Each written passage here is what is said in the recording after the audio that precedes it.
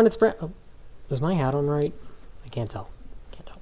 Hey everybody, it's Brandon, and welcome to a totally new look at doing a video here on my channel. Although, if you've been on YouTube for about less than 5 minutes, you definitely know where this is going, because we are going to do a tier list video today. And since I have always been about doing music and all sorts of fun music-related things, this is going to be a tier list video specifically on iconic guitar body shapes. Basically what I've done is I've gone through and cut up all the individual guitar body shapes that are featured in this image here that'll show on screen. I pulled this from a Zapista.com, which was kind of like an art sale site. I'm not sure who the original artist on this may be because I didn't really see a credit anywhere, but if anyone happens to know, certainly let me know, and I will update the description of this video wherever you're watching to include that art credit as needed. I don't think I need to go too far into this, but just to explain how this list is going to work. Obviously, the guitar body styles that I like the most will be towards the top of the tier list, and then the ones that I don't like so much will be towards the bottom. F tier is going to be the ones for that out of the list that I was, pulled off of this image here, or the grand image, so to speak. Those are going to be the ones that I just absolutely despise for whatever reason. Another thing that will kind of factor into this is, along with just my general view on the guitar body shape, is maybe a little bit of functionality for each one, if that is applicable anywhere. Another big thing about where a lot of these body shapes is going to lie is how functional they are to store. And so I think it's going to be very apparent what kind of body shapes and guitars I really like the most in terms of how easy it is to store them. So we'll take that into account. I will mention there is an outside image I also pulled as an additional body shape that we'll cover later. That was just because there was a duplicate of one particular body style on the on the grand image itself, so I just felt it'd be fun to add in something else just to replace that and add another body shape, because the body shape that I pulled outside of this image is still iconic in its own way, but we'll get to that. And as with any tier list video, keep in mind this is all based in objective fact. My rankings are final, and this is the definitive list on guitar body shapes and how they rank. If you're new to the internet, obviously that's what we call a joke. This is all based on my personal opinion. These are my own rankings. If you have any particular qualms about any rankings I made, please don't take it too hard. I know us or us as musicians, us guitar nerds in particular, are very passionate about guitar design. And again, no hard feelings if you don't like my ranking, but we'll just have fun with this. Also, while there is an image that I pulled as an outside, and while there is an additional image that I pulled as an additional guitar body shape that I'm going to include in this list, please keep in mind that this is just working with the image that I pulled. Maybe there's room for a part 2 in this. I don't know. We'll see. So we'll just jump right into it here. Kind of how I got the setup is I've got all the images laid off on screen here. I'll click on one, they'll pop up here on screen, and then we'll just kind of rattle these off as quick as possible. I think it's good to go ahead and start off quite strong here and pick a very good body shape that I like. That is the Fender Jazzmaster. The Jazzmaster has been in a very good body shape for a guitar since I think it was introduced in the 1960s. And it's been used by numerous artists since then. It's been used in so many different genres even, from surf rock. And personally, as someone who listens to a lot of modern metal music, I think it's really cool that the Jazzmaster has kind of seen a lot of new life in terms of baritone guitars. The Squier Vintage Modified, there's a baritone Jazzmaster model that unfortunately is discontinued, but sells very well on the resale markets anymore. The baritone Jazzmaster is popular amongst a lot of metal musicians. If you've heard of the band Loathe, they use some really funky tunings going on, but they've, at least as far as I know, they've been known to use the baritone Jazzmaster, which is really cool. The Jazzmaster, in a similar vein to the baritone design, kind of also has been used in the Fender bass 6 or bass VI, if we want to call it that, the kind of the 6-string bass guitar that Fender had made, and also has seen life as a baritone guitar / hybrid, and has inspired other designs based around that, the bass 6 / baritone guitar hybrid thing. But the Jazzmaster is a classic design in terms of historical use, and then also design elements and things that you can put into it for a variety of different musical situations. So I will put it in a strong A tier. All right, the next one we'll go with here is the Ibanez Iceman. It's okay. I know Paul Stanley of Kiss was famous for using one of these. Darren from System of a Down was also big into these. I know these have also kind of translated into extended range models as well. I know there's been like 7-string Icemans. I don't know if there's necessarily been an 8 or not. Spoiler for the rest of the video, I'm not really into really weird kind of oblong shapes in guitar design. And that's kind of what I mean with the lower tier rankings are going to be a lot of oblong shaped instruments or guitars, as I don't really find them practical from a storage standpoint. You oftentimes maybe have to get a custom cut case that fits that particular body design. I don't really like that. I kind of like my design or my cases to be as generic as possible so I can, maybe take as many instruments as I need to. The Iceman's okay. It's cool. It looks cool. You can obviously configure it in a couple different ways. Not something I would particularly want to pick up on. And I think with that, we'll just put it in a solid C tier. Okay, and on the next one, we're going to look at something even worse. Far worse than the Iceman is the Charvel Star. The 1980s called, and they want their very crappy guitars design back. Look, I've had experience working around like 1980s style tribute bands. This would probably be this is probably the perfect instrument for that kind of style of music, but geez, it's like jutting out in so many different directions in such a weird way that I the case for that thing is probably, you're probably getting a larger than usual hard case to try and pack one of these things in. I wouldn't be caught dead with one of these. So obvious F tier. This is pretty hideous to me. Okay, here we go with another weird oblong design, but still a classic nonetheless. This is the BC Rich Warlock. I don't recall really seeing these a lot of the time. I know obviously they're really designed for the aesthetic of metal musicians, but it's just I mean, it's not as I will give it some credit for being an iconic design. I know they've actually started expanding this to the 7 and 8 string world, which I think is cool. And I know some people have been really hyped about the 8 string Warlocks that have been out there. But the Warlock is, it's just kind of anime. Obviously, I wouldn't want to get one of these myself.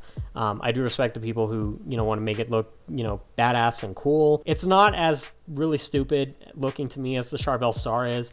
So I'll be a little more nicer to the BC Rich Warlock, and I'll put that in D tier.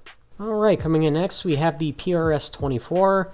I personally haven't ever owned a PRS or even handled a PRS, so I can't speak too much about how they play.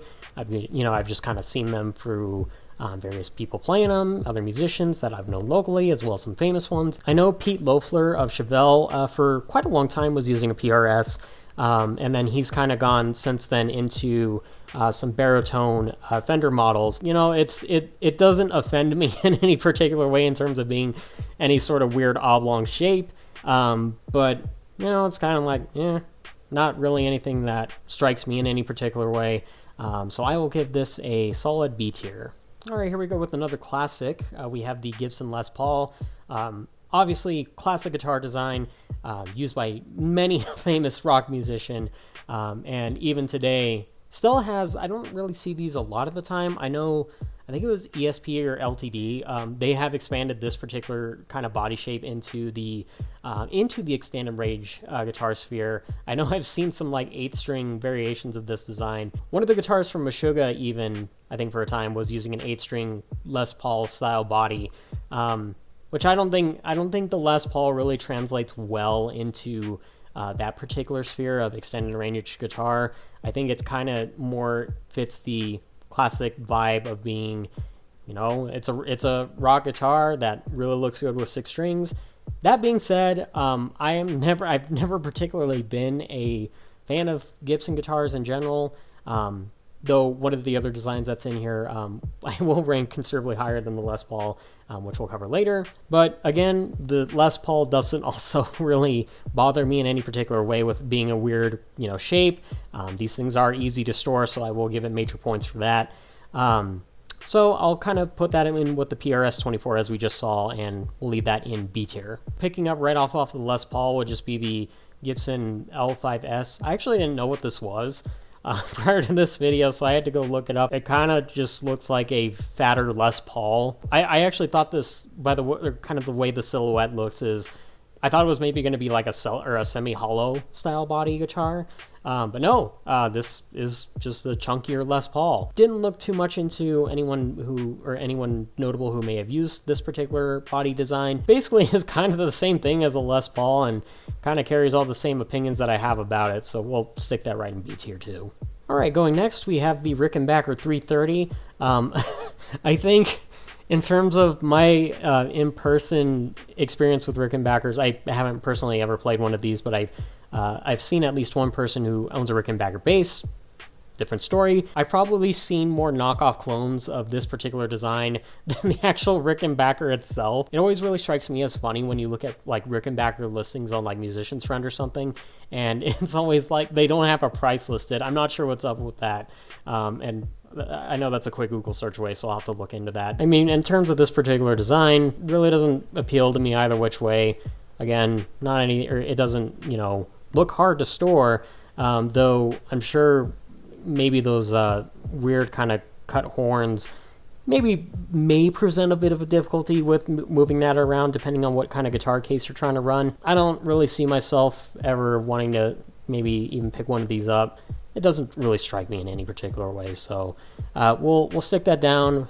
Now that the Iceman won't be lonely, we'll put that in C tier. Alright, rolling back into the world of Fender, we have the Fender Jaguar. Personally for me, the Jaguar was kind of one that I was just kind of like, before I was kind of like take it or leave it.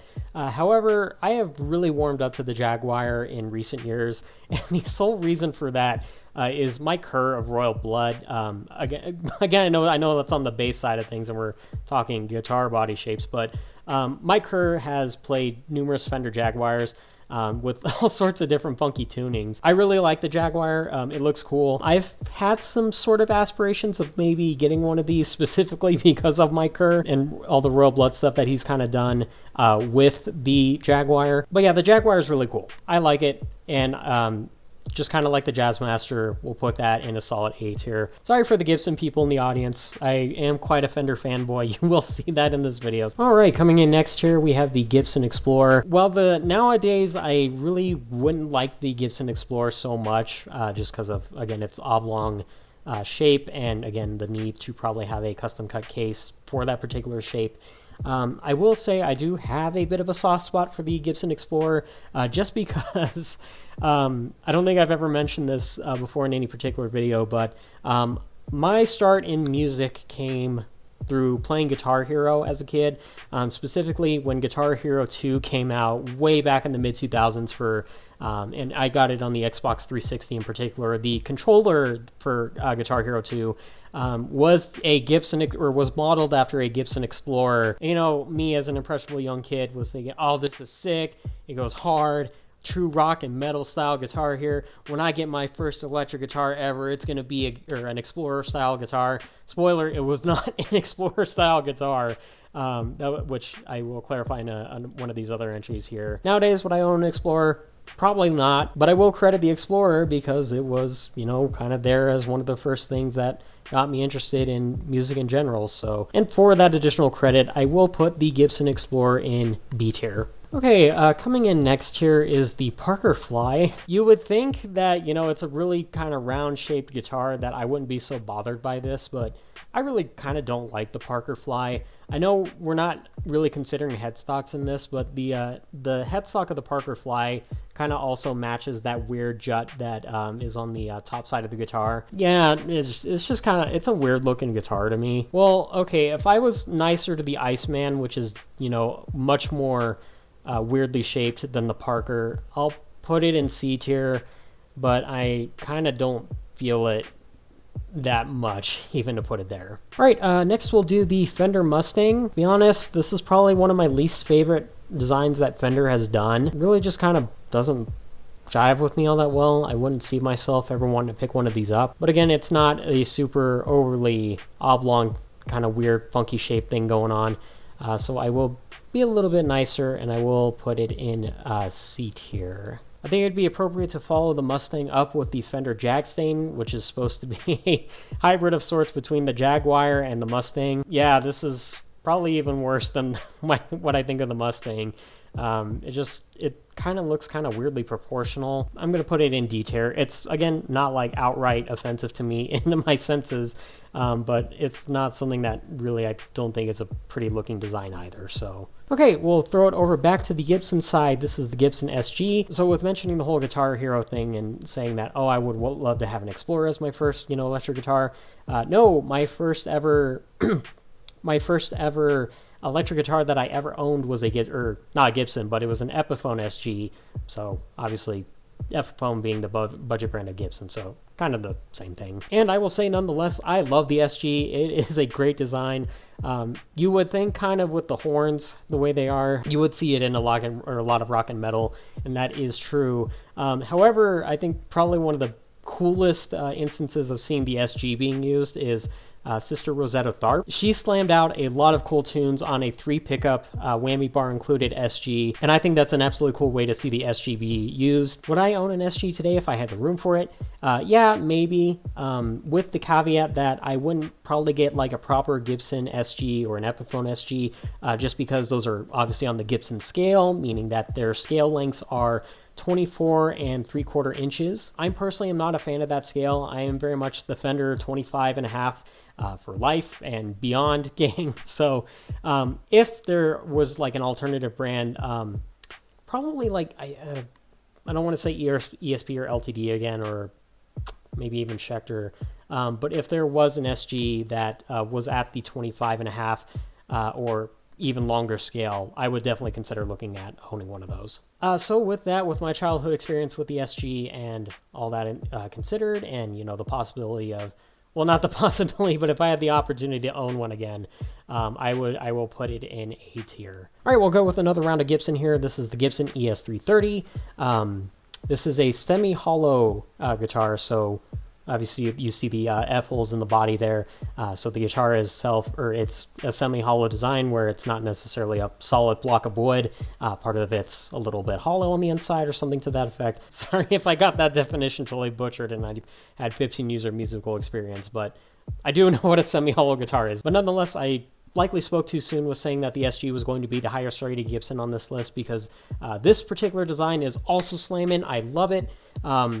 In particular, not just because it's had its use particularly where I've seen it the most, is like in jazz and such, but as a big Queens of the Stone Age fan, these things are huge in that band, or this particular design even, and just semi-hollow guitars in general. This guitar is very cool to me as well. Have I personally owned one? No. Have I played on one? Yes, it was a lot of fun, because I played on one that was tuned in C standard for quad music, and I really liked it. Now, of course, again, the caveat with the Gibson thing is, it's on the Gibson scale. I personally wouldn't want to get one at 24 3/4 inches. If there was one, at a longer length from maybe another brand, yeah, I would definitely give that a look at. So, as mentioned, with it being a high-range Gibson, easy A tier, we will put it back, or we'll put it up there, right next to the SG. Okay, so the next one here is the image that I pulled outside of the, the image that I started with. Just because I thought this was good to include, just because there's been many famous instances of this being used as well. This isn't a particular, I know this is in particular, this is the Gibson EDS 1275.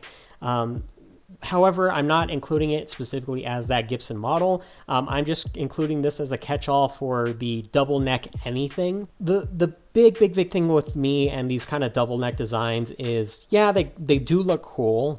It's obviously a good talking piece if you have someone over like to a home studio and it's like, whoa, I have this cool double neck guitar and I can switch between it.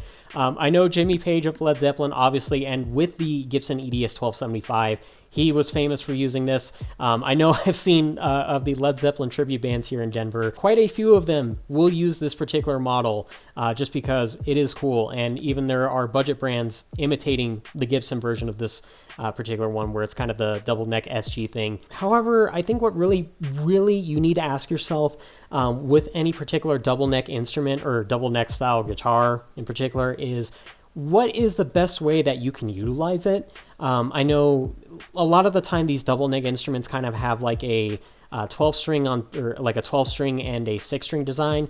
That's cool. I just, again, my big thing is you got to be able to find ways to use both, or otherwise it's maybe kind of a useless instrument. Troy Van Leeuwen, going back to Quatsa, he uses kind of a double neck Stratocaster kind of thing, which is also the 12 string and 6 string design, which is very cool as well. It has kind of fueled my own adventures into not really the double neck thing, but a 12 string design in particular, or just 12 string guitars really. I will note in the realm of double neck guitars that in particular I actually own this isn't a guitar like we're discussing in this video, but it is a double neck lap steel guitar. I do get great utility out of it, and that was really why I got it. I don't know if you can maybe see this on video. It's maybe upside down from when it appears on camera, but my top neck, so to speak, is tuned to the open C6 chord, which is kind of one of the really, I guess, the most popular lap steel tuning. And then my bottom neck is tuned to an open E major, E minor chord. That is also because of Queen of the Stone Age. Quatsa also uses lap steel guitar for quite a few things, and they kind of use the open E major, E minor thing going on there. It's usually, again, Troy Van Leeuwen that's usually rocking on that. So I like to have both. I think it's great, and it's helped me kind of learn lap steel a lot better.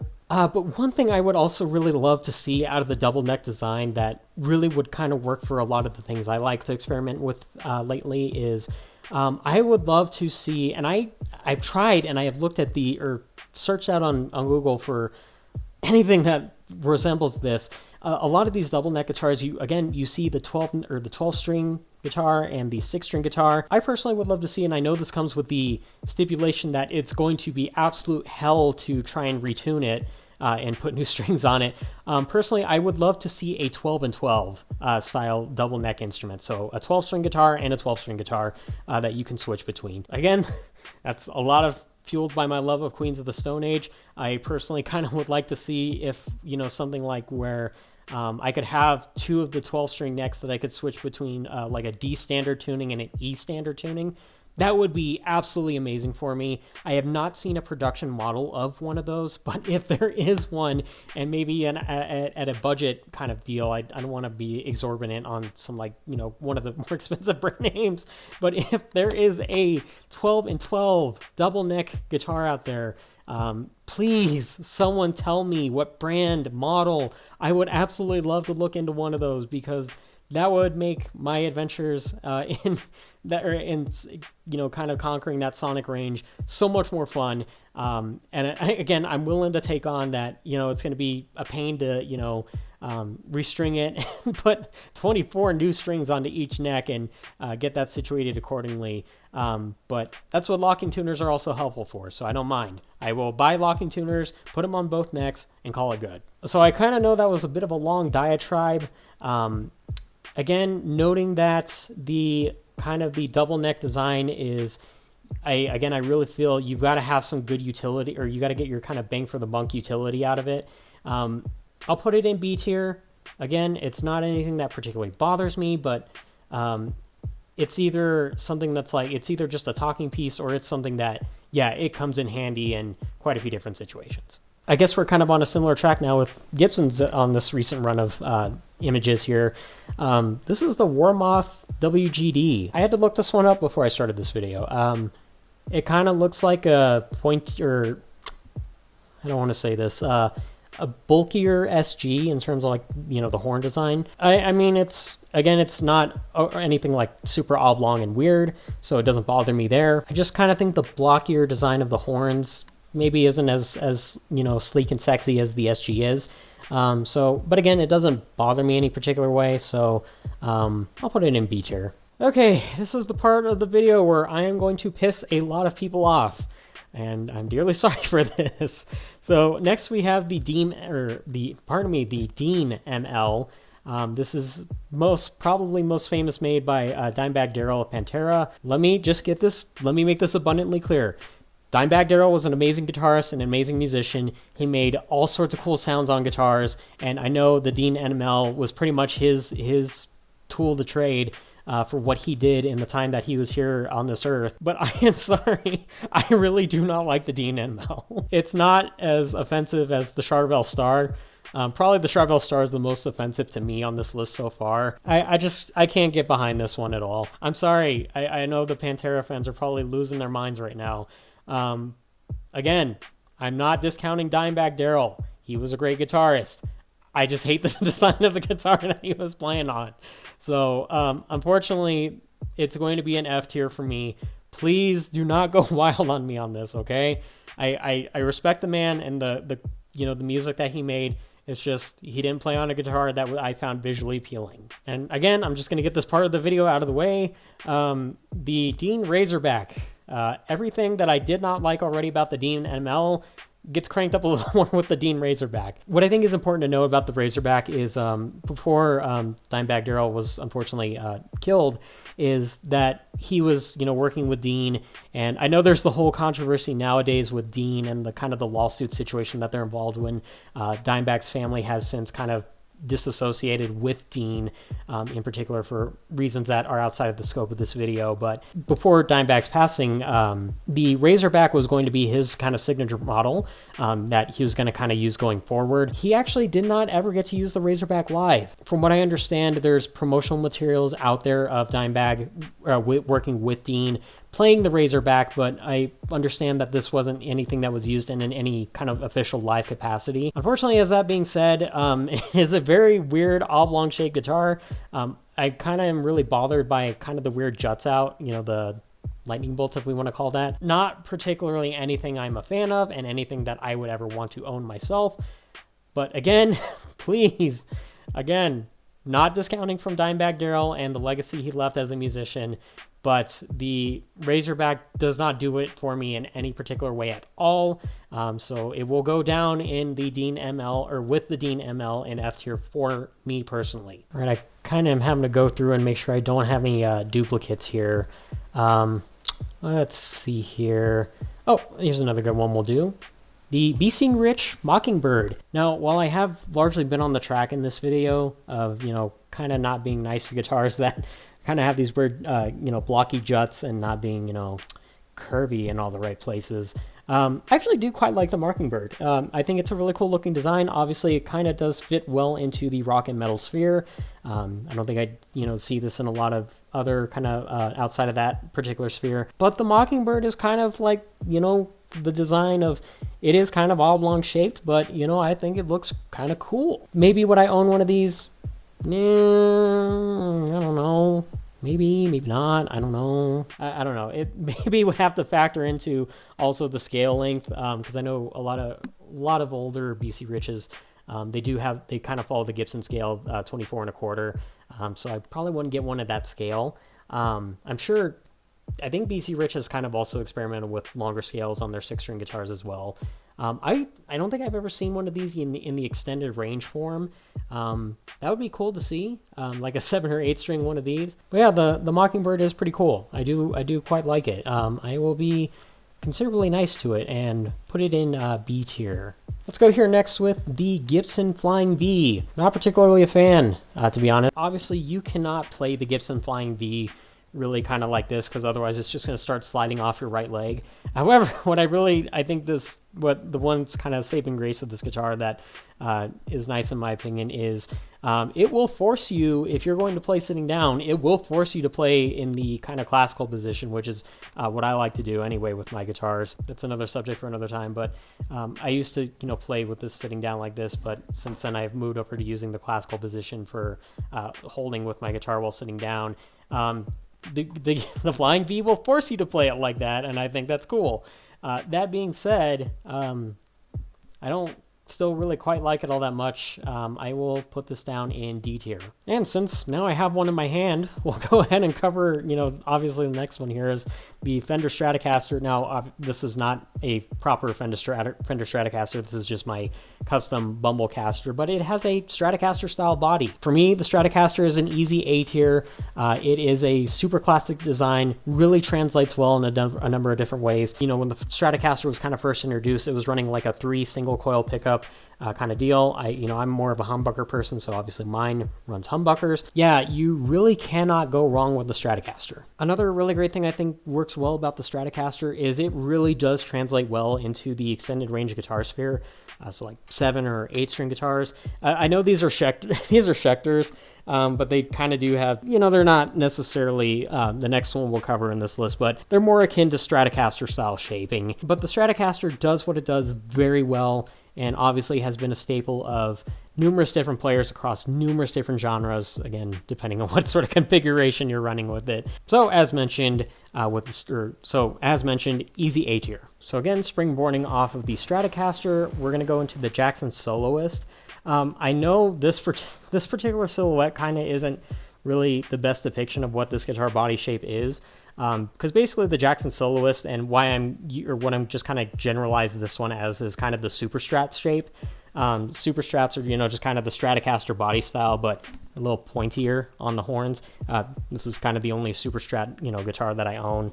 This little nice baritone drop F machine that I have. And the Super Strat kind of does, lean more into the hard rock and metal side of things. It does everything the same way that the just the basic Stratocaster design does well already. Easy enough, easy A tier. All right, this is a bit of an interesting one for me. This is the VW Garage Master. This is another one that I had to look up prior to even looking at this particular listing. I have a little bit more research, I think, to understand this particular design, but at first I got confused thinking this was the EVH Wolfgang. It is not. I almost wanted to think it was the representative of that. No, this is actually...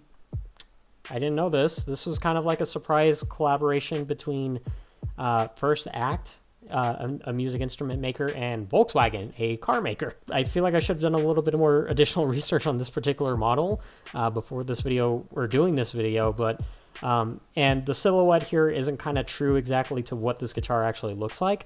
But nonetheless, it's still a really solid body shape, but it doesn't really strike me in a particular way of like, wow, this is amazing or anything. But, it still is it is a cool design, and I'm not particularly, bothered by it in any, say, specific way. So I will give it an A tier. It's a pretty cool looking design. This is, this is another one I had to look up. The Fender Music Lander. This was not a very popular model from what I read into. I'll show a picture of one of these on screen because again I had to look at it myself, but the best way I could describe this is it kind of looks like if you've ever seen any of the guitars that kind of got produced in the Soviet Union. Very, very interesting instruments, those particular guitars, the Soviet guitars, an instrument type that I actually would absolutely love to do just like a specific profile on in a YouTube video, because they have a very fascinating history, and they kind of also have a little bit of a unique charm to them as well. The best way I could describe the Fender Music Lander, though, is it looks kind of like a Soviet-style guitar in some way, without the charm of being a Soviet-style guitar. Yeah, if you kind of also look at this from a functional standpoint, a lot of the models that I found pictures of, they only have a neck pickup, which is an immediate red flag for me. But of course, that's because I'm a rock and metal person, and I thrive on the bridge pickup for all sorts of different things. No, I don't like this. This is probably... I know I didn't speak highly already of the Jag Stang. I will not speak high of the Music Lander as well. So I will put that down in D tier as well. You know what? I think this, I think, no, I don't want to put the Fender Music Lander in D tier. That shouldn't be a blight on Fender as a whole. Obviously, all these guitar makers, they have their hits and their misses. Unless there is a worse Fender design out there that I just don't know of, I'll put it down in F tier. Okay, not sure why this one was necessarily on here. The Heritage VIP. I looked up pictures of these, just beyond the silhouette. Kind of just looks like a Stratocaster to me, but not maybe as great necessarily as a Stratocaster. Doesn't bother me in a particular way. Kind of looks like it does everything the same way or everything functionally good that I like about the Stratocaster. So, I won't slight it for that, and we'll bump it into A tier too. Okay, the ESP V2. Yeah, this is just a not proportional Flying V, basically. So everything I guess that I said about the Flying V applies to this one as well. It's just a little more oblong shaped. Again, I don't really dig it all that much. Kind of just the same thing as the Flying V, so I don't think I need to repeat anything there that I said earlier, so I will put it right up next to the Flying V in D tier. Okay, as I've checked over here, I believe this is the penultimate guitar body shape that we'll put on this list, the Gibson Firebird. Firebirds are pretty cool. Yeah, I dig them. I haven't ever owned one. I know a lot of bass players dig the Firebird for its design, although I know from what I understand, the Firebird basses have a tendency to be a little bit on the neck or a little bit heavy on the neck and have some considerable neck dive going on. But also Firebirds look cool as guitars as well. I would be wrong to rank this any lower than B tier just because of how nice I was to the Explorer, which the Explorer is just, the oblong pointy version of the Firebird. So we'll pair the Firebird up in B tier as well. All right, I have indeed triple checked everything so far, and we have included every single design that was in the original image. I hope so. If someone or if anyone wants to quadruple check for me, certainly. But I think we've got everything covered here. However, you likely have noticed there is not a single guitar shape that has been put into S tier. Unfortunately, I failed to mention at the start of the video, I had meant to put this there. I was going to reserve S tier for my absolute favorite out of all the designs that were included on the original image. For some particular reason, the image of all these body shapes included 2 variations of this particular design. However, I don't think that matters inherently, and rather to not just, drop the picture in here and include a whole little diatribe of why I like that particular design. I'm going to do that, but I think it'd be appropriate to give a little more of a introduction of sorts to my all-time favorite guitar body shape.